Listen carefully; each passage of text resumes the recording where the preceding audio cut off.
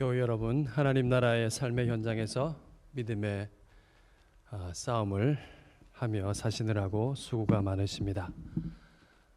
오늘부터 성령 강림절까지 약 3주간의 기간 동안에 예수님의 말씀과 행적을 살펴보려고 합니다. 이를 통해서 위로부터 임하는 하나님의 은혜가 있기를 소원합니다. 우리는 매일같이 문을 열고 나가고 문을 닫고 들어옵니다.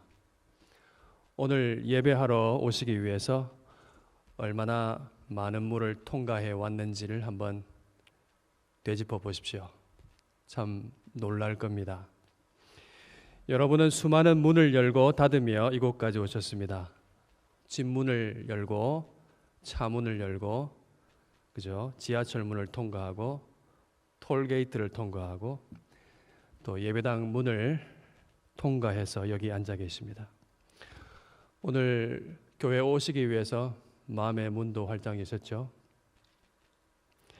가만히 생각해 보면 울타리가 쳐져서 경계가 둘러진 모든 곳에는 문이 나 있습니다.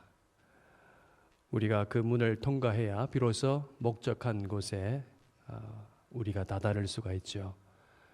학교도 가고 직장도 가고 교회도 가고 가게도 가고 내가 좋아하는 곳 그곳도 가게 되겠죠. 그리고 마지막에는 집에도 가게 될 겁니다. 문이라는 것은 단순히 출입구만을 뜻하는 게 아니죠. 여러분이 오늘도 수없이 통과한 그 문들을 아마 선으로 이렇게 연결해 보면 우리의 삶이 어디로 흐르고 있는가 하는 것을 한눈에 볼 수 있을 것입니다. 문은 우리의 삶이 통과하는 곳이죠. 문은 우리의 삶의 궤적과 방향을 보여줍니다. 여러분, 지금 여러분은 어디로 들어가고 어디로 나가고 계십니까? 어떤 문들을 지나가고 어디를 통과하고 계십니까? 오늘 본문에서 예수님은 나는 양의 문이라 말씀하십니다. 비유로 자기 자신이 누구인지를 말씀하신 것이죠. 우리가 이 비유를 잘 이해하기 위해서 잠시 상상의 나래를 펼치고 유대 광야 땅으로 가볼 필요가 있습니다. 그 광야는 만만한 곳이 아닙니다. 낮 동안 꼴을 먹으며 들판에서 지낸 양들은 반드시 밤에 안전하게 잠잘 우리가 필요합니다. 왜냐하면 광야에는 이 양들을 노리는 들짐승이 많기 때문입니다.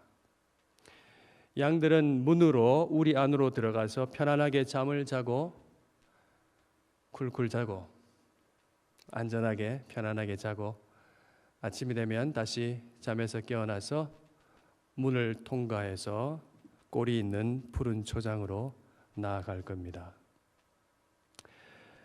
양은 문으로 들어가고 나가면서 꼴을 먹고 잠을 자고 그리고 안식합니다. 이렇게 문을 들고 나가는 것은 곧 양들의 생명이라고 할 수 있습니다. 예수님께서 나는 양의 문이라 이렇게 말씀하신 것은 예수님께서 양들로 하여금 생명을 얻게 하는 바로 이 문, 이 통로임을 말씀하신 것입니다. 그러면 예수님께서 왜 자기 자신을 말씀하실 때, 비유하실 때 많고 많은 여러 가지 이름들이 있을 것인데 왜 양의 문이라고 특별히 말씀하셨을까요? 그 이유는 문을 통해서 양의 우리에 들어가지 않고 다른 데로 넘어가는, 문이 아니라 다른 데로 넘어가는 사람은 의심해야 됩니다. 그런 자들이 있었기 때문입니다. 예수님은 이들을 절도요, 강도라고 표현하셨습니다. 10절을 보시면은 이들이 다른 데로 넘어 들어오는 이유가 기록되어 있죠. 도둑질하고 죽이고 멸망시키기 위해서 그렇게 한다고 말씀하셨습니다. 그렇다면 이 도둑은 누구일까요? 이 도둑은 아이러니하게도 이스라엘 백성들을 하나님께로 이끌고 하나님의 말씀을 가르쳐야 할 지도자들이었습니다. 대제사장, 서기관, 바리새인들이었습니다. 그들은 백성들을 하나님께로 인도하지 않고, 참 슬퍼요. 그들은 하나님의 백성들을 하나님께로 인도하지 않고 도리어 천국 문을 가로막고 있었습니다. 에스겔서 34장의 말씀과 같았습니다. 인자야, 너는 이스라엘 목자들에게 예언하라. 그들 곧 목자들에게 예언하여 이르기를, 주 여호와께서 이같이 말씀하시되 자기만 먹는 이스라엘 목자들은 화 있을진저 목자들이 양떼를 먹이는 것이 마땅하지 아니하냐. 너희가 살찐 양을 잡아 그 기름을 먹으며 그 털을 입되 양떼는 먹이지 아니하는도다. 목자가 없으므로 그것들이 흩어지고 흩어져서 모든 들짐승의 밥이 되었도다. 이들 지도자들은 백성들을 먹여야 할 자였지만은 도리어 양을 잡아먹었습니다.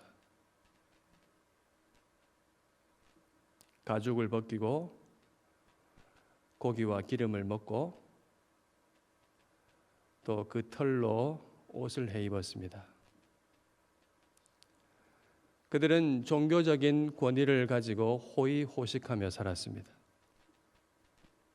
목자가 없는 양들은 이리저리 흩어지고 방황하며 고스란히 짐승들의 밥이 되었습니다. 그들은 12절에 나오는 삭군으로 살았습니다. 삭군은 뭡니까? 자기의 이익이 모든 것인 사람이죠. 그들에게 양들은 이익을 갖기 위한 수단에 불과합니다. 일단 자기 이익을 챙기고 나면, 확보하고 나면은 양들이 해를 입는다 할지라도 그렇게 상관하지 않습니다. 자기 양이 아니니까. 위험한 들짐승이 이리가 찾아오면은 양들을 지키지 않고 돌보지 않고 도리어 버리고 달아납니다. 하나님께서 자기 백성의 이 비참한 광경, 목자 없는 이 비참을 보시고 하나님께서 그들을 책망하시며 친히 참된 목자를 보내시겠다고 말씀하십니다. 에스겔서 34장 8절 10절 말씀입니다. 길지요? 그래도 읽어봅시다. 주 여호와의 말씀에 내가 나의 삶을 두고 맹세하노라. 내 양떼가 노략거리가 되고 모든 들짐승의 밥이 된 것은 목자가 없기 때문이라. 내 목자들이 내 양을 찾지 아니하고 자기만 먹이고 내 양떼를 먹이지 아니하였도다. 주 여호와께서 이같이 말씀하시되 내가 목자들을 대적하여 내 양떼를 그들의 손에서 찾으리니 목자들이 양을 먹이지 못할 뿐만 아니라 그들이 다시는 자기도 먹이지 못할지라. 내가 내 양을 그들의 입에서 건져내어서 다시는 그 먹이가 되지 아니하게 하리라. 아멘. 이 말씀에서 여러분 보는 게 뭡니까? 하나님께서 어떻게 하시죠? 하나님께서 자신의 삶을 두고 맹세하십니다. 하나님의 삶, 우리를 위해서 그렇게 표현하신 것입니다. 영원하신 분이에요. 영원하신 분이 자기의 삶, 말하자면 자기의 이름과 자기의 명예와 모든 것을 걸고 맹세하시며 약속하십니다. 참으로 양을 돌보는 진짜 목자가 나타날 것이요 내가 보낼 것이라고 하나님께서 작정하셨습니다.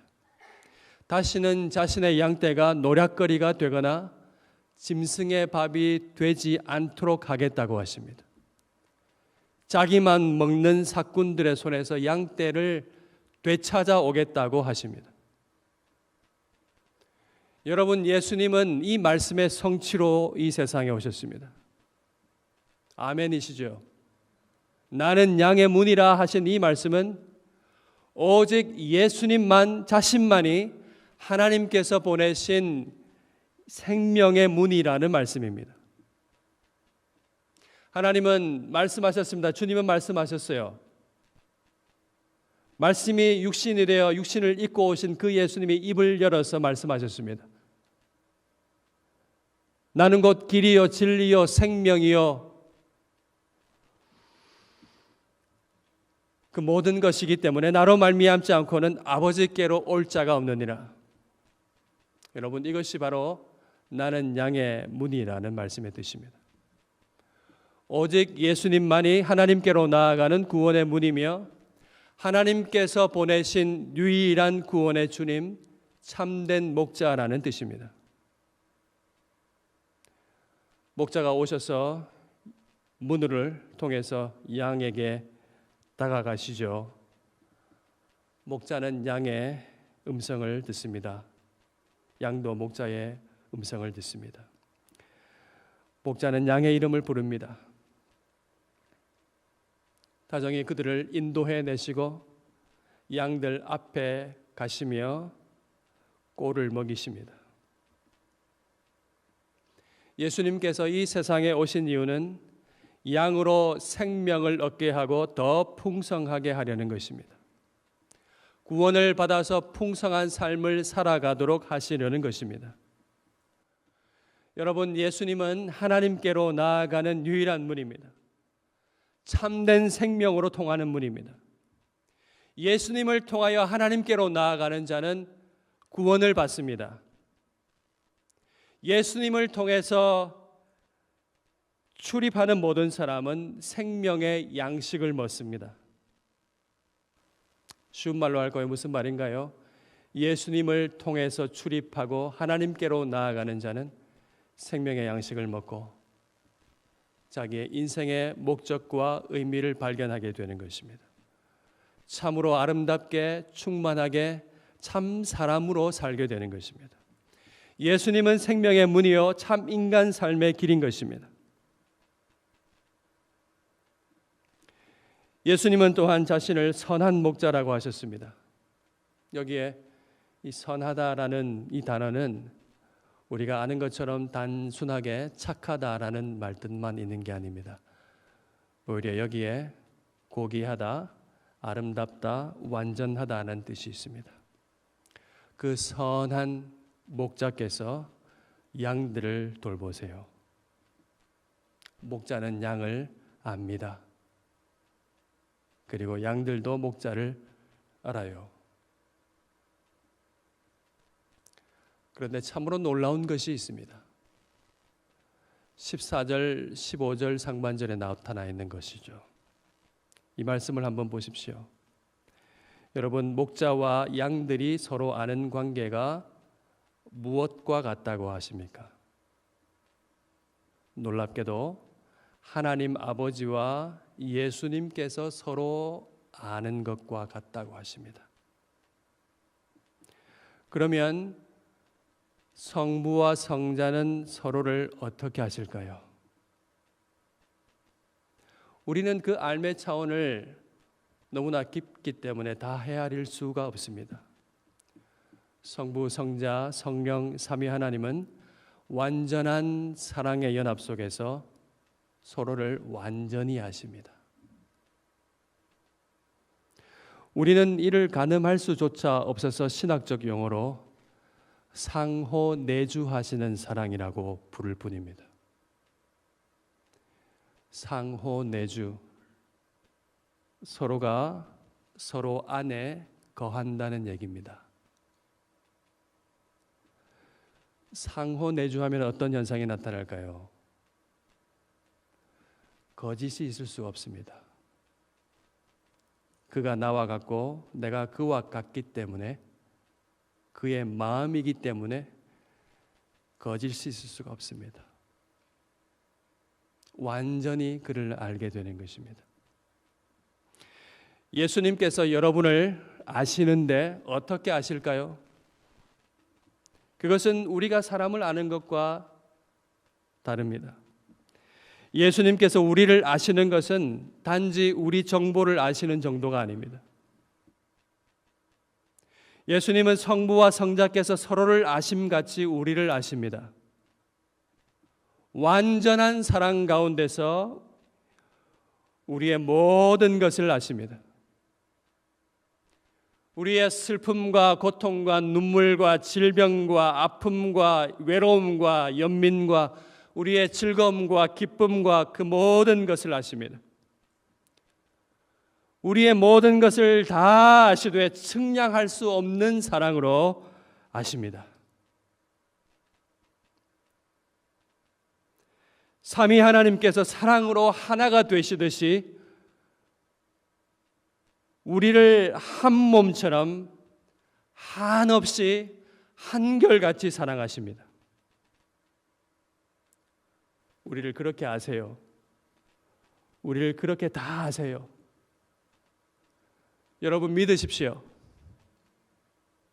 누가 우리를 이렇게 알겠습니까? 그 완전한 사랑 가운데서 우리를 완전히 다 아시는 하나님이, 그래서 주님께서 어떻게 하려 하십니까? 14절 15절 말씀 전체를 다시 한번 읽어보겠습니다. 나는 선한 목자라. 나는 내 양을 알고 양도 나를 아는 것이 아버지께서 나를 아시고 내가 아버지를 아는 것 같으니 나는 양을 위하여 목숨을 버리노라. 아버지께서 아들을 아시고 예수님께서 아버지를 아시듯 우리를 아셔서 주님은, 목자는 무엇을 하려고 하십니까?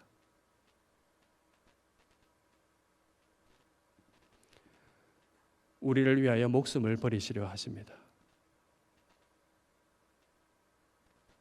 우리가 처한 질고와 슬픔과 고통과 말 못하는 비참과 우리의 불의와 우리의 생명 없음을 다 아시고 가장 낮은 곳, 비참한 곳, 가장 큰 위험에 우리 대신 직면하려고 하십니다. 생명을 빼앗으려는 위험 앞에 당당히 서려고 하십니다. 잡아먹는 들짐승의 아가리에서 이 양들을 빼내십니다.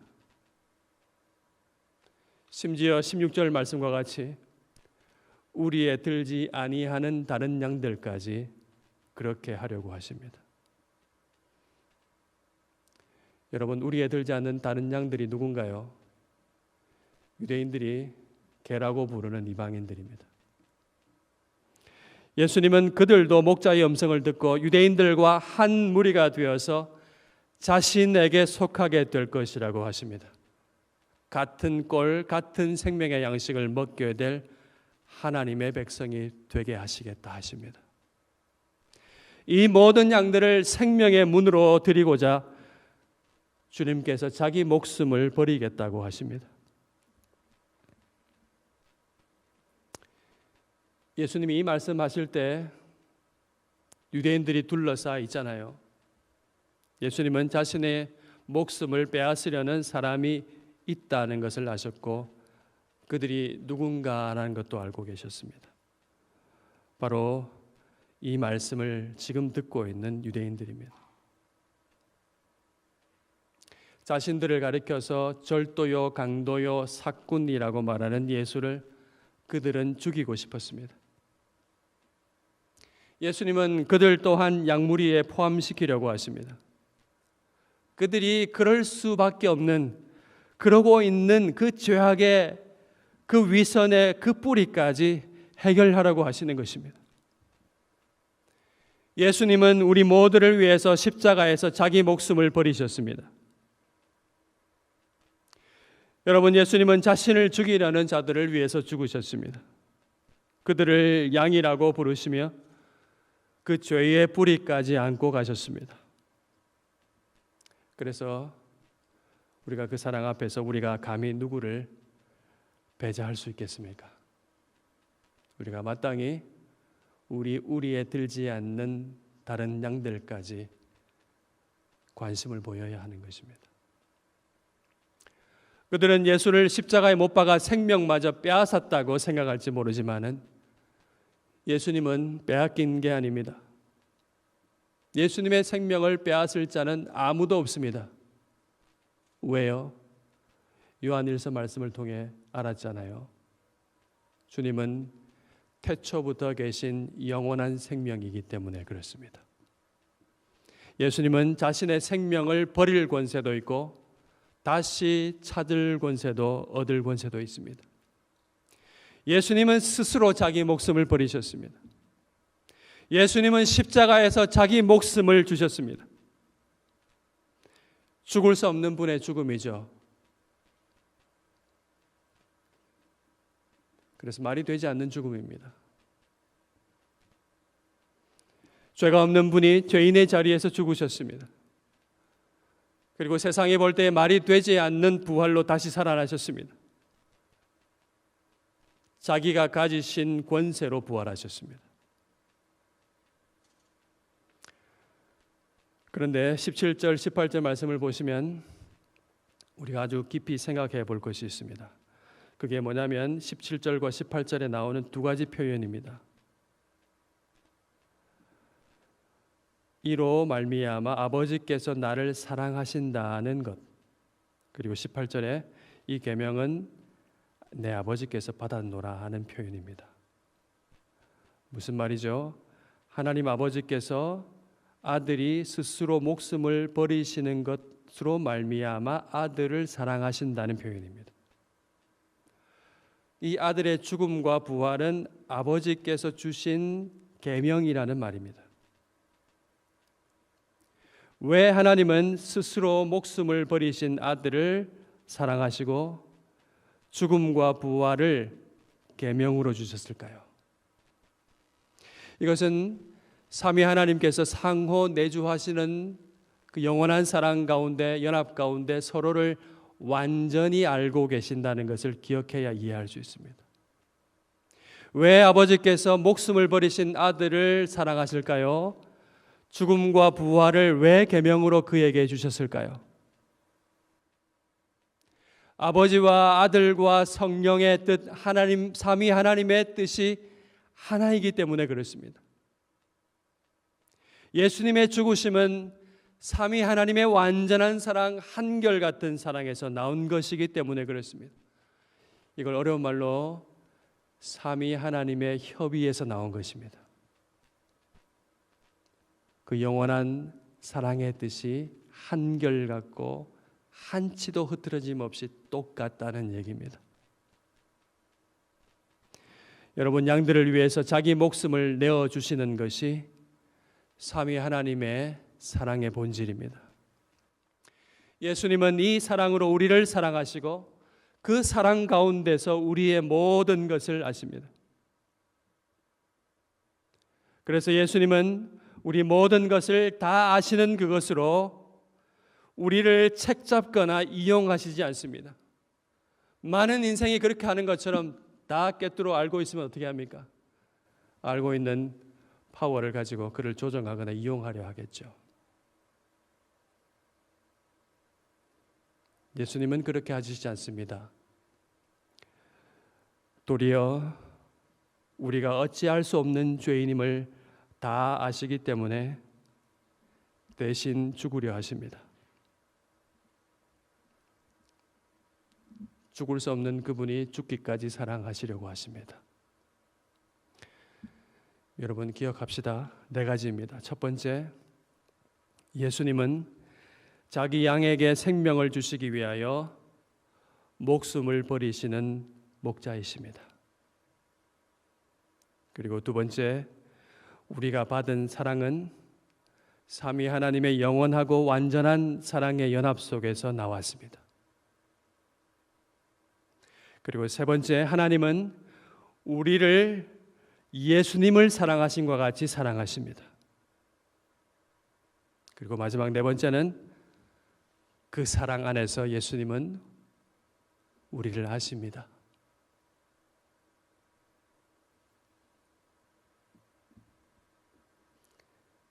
예수님은 아시고 우리의 이름을 지금도 부르십니다. 자신의 목숨을 주시며 우리를 되찾으셨으니 예수님은 얼마나 우리를 잘 아시겠습니까? 자신의 아들의 목숨을 주시며 살리셨으니 아버지는 우리를 얼마나 잘 아실까요? 여러분, 삼위 하나님 이 영원한 사랑 안에 우리가 있다는 사실을 기억하십시오. 여러분, 걱정하지 마십시오. 주님은 우리의 모습 그대로를 사랑하십니다. 우리가 최악의 상태일 때도 그렇게 사랑하셨습니다. 우리 인간은 아무리 탁월해봐야 죄인일 뿐입니다. 뭘 잘해야 사랑받는 것이 아닙니다. 하나님께서 이미 완전하신 사랑으로 우리를 사랑하셨습니다. 우리가 생명의 주 그리스도 예수 안에서 그리스도 주님과 함께 연합되었습니다. 생명을 버릴 권세, 생명을 다시 얻을 권세가 있는 주님 안에서 우리의 생명은 영원합니다. 그 주님 안에 우리 존재가 있습니다. 그 주님께서 분명하게 우리에게 말씀하십니다. 오늘 본문 21절에 그 뒤에 이어지는 본문에 또 나와요. 이 말씀, 생명을 빼앗으려는 유대인이 둘러싸고 있는 그 현장에서 하신 말씀입니다. 요한복음 10장 28절 30절 말씀입니다. 내가 그들에게 영생을 주노니 영원히 멸망하지 아니할 것이요 또 그들을 내 손에서 빼앗을 자가 없느니라. 그들을 주신 내 아버지는 만물보다 크심에 아무도 아버지 손에서 빼앗을 수 없느니라. 나와 아버지는 하나이니라. 이 말씀을 하시자 그들은 즉각 반응했습니다. 예수님을 돌로 치려고 했습니다. 이 마지막 말씀을 하시자마자 그들 마음에 예수님은 십자가형 사형이 확정되었습니다. 스스로 목숨을 버리시는 하나님의 뜻과 사랑을 이 분명한 말씀으로 주님은 스스로 취하셨습니다. 여러분 믿습니까? 우리는 죽어도 다시 살 사람입니다. 우리는 아버지와 예수님이 하나인 것과 같이 예수님과 하나입니다. 어떤 것도 우리 주 예수 그리스도 안에 있는 하나님의 사랑에서 끊을 것이 없습니다. 여러분, 주님께서 이 시간 당신의 말씀으로 우리에게 질문하십니다. 나는 부활이요 생명이니 나를 믿는 자는 죽어도 살겠고 무릇 살아서 나를 믿는 자는 영원히 죽지 아니하리라. 이것을 내가 믿느냐? 여러분 마음 깊숙한 곳으로 그것에서 대답할 수 있기를 바랍니다. 예수님께서 이 말씀 하시자 그 말씀 모두 듣고 그들에게 분쟁이 일어났습니다. 하나님의 말씀이 떨어지는 곳에는 언제나 반응이 있습니다. 20절과 21절 말씀에 그 반응이 나오죠. 사람들이 말합니다. 많은 사람들이 그가 귀신 들려 미쳤거늘 어찌하여 그 말을 듣느냐. 그러나 소수의 사람들은 말합니다. 이 말은 귀신 들린 자의 말이 아니라 귀신이 맹인의 눈을 뜨게 할 수 있느냐. 앞선 본문 9장에서 맹인이 눈을 뜨는 장면을 목격한 사람들의 말입니다. 많은 사람은 예수님을 귀신 들린 미친 사람, 제정신이 아닌 자로 말합니다. 주님은 그렇게 배척되셨습니다. 결국 예수님은 그들의 손에 넘겨져서 죽임을 당했습니다. 여러분 오늘도 마찬가지입니다. 하나님의 말씀은 분명하고 양의 문이라 내가 참된 목자라 하나님께서 보내신 선한 목자가 여기 있노라 말씀이 분명하고 선언되었음에도 불구하고 사람들은 믿지 않습니다. 여전히 자기 자신이 길이요 진리요 생명이라고 생각합니다. 여러분 지금 이 세상은 광야와 같이 위험이 가득한 곳, 황량한 곳입니다. 우리를 삼키려고 두루 찾고 있습니다. 들짐승이 우글우글한 것이죠. 우리의 삶의 환경이 얼마나 위험한지 알아야 합니다. 세상은 하나님 없이도 얼마든지 살 수 있다는 메시지로 도배되어 있습니다. 자기가 길이요 진리요 생명이라는 이야기가 온 세상을 광고하고 있습니다. 돈이 그것을 확보해 줄 것이라고 이야기합니다. 돈이 자기 존재를 영원히 연장해 줄 것 같은 유혹이 넘쳐나고 있습니다. 어찌할 수 없는 불안 속에서 교회를 다니는 많은 사람들이 점집을 많이 찾고 있습니다.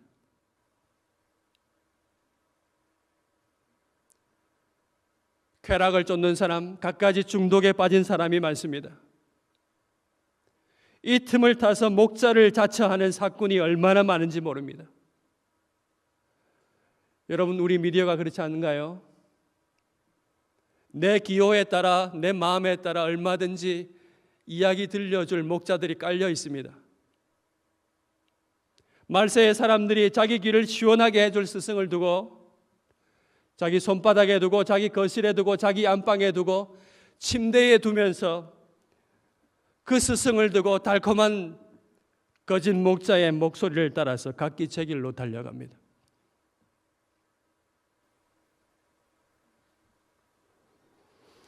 여러분, 이 세상은 하나님으로부터 멀리 떠나게 하는 모든 목소리로 가득한 것입니다. 여러분, 안일하면 안 됩니다. 삼킬 자를 두루 찾고 있습니다. 오늘 말씀에 의하면 양의 문으로 들고 나지 않는 사람은 생명이 위태로운 사람입니다. 도둑질하고 삶을 빼앗고 죽이고 멸망시키려는 그 거짓의 음성을 들으면 안 됩니다. 그는 도둑이 된 상태입니다. 도둑은 삶을 빼앗을 뿐입니다. 아무리 달콤해도 그들의 음성을 들으며 출입하는 것은 부질없는 일입니다. 생명의 꼴을 먹을 수 없습니다. 그 문 뒤에는 푸른 초장이 없습니다.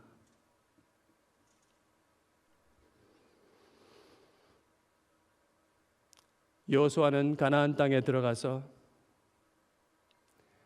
백성들을 한자리에 모아놓고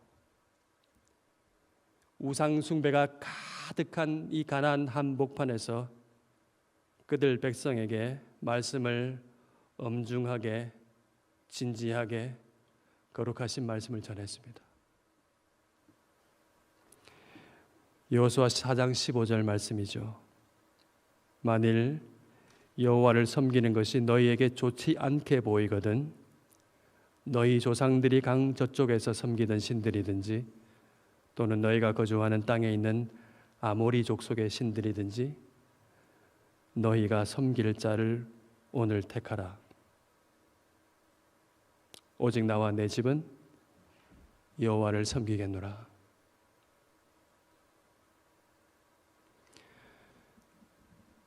말씀에 의지해서 성령에 의지해서 질문하겠습니다. 여러분은 지금 어떤 문을 출입하십니까?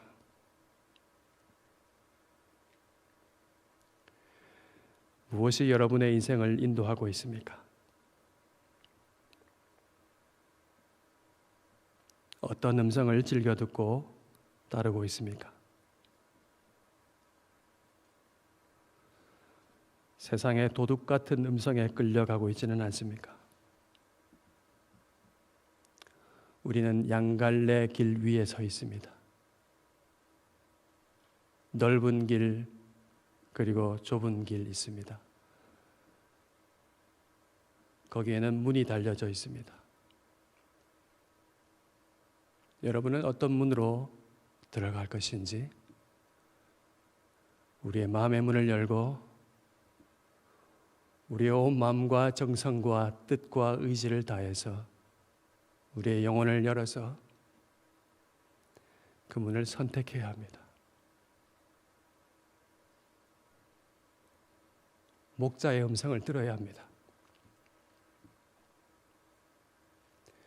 나는 양의 문이라, 나는 선한 목자라, 나는 양들을 위하여 내 목숨을 버리노라 하신 예수님의 음성을 따르시기를 바랍니다. 젊은이 여러분, 다른 곳에 문이 있지 않습니다.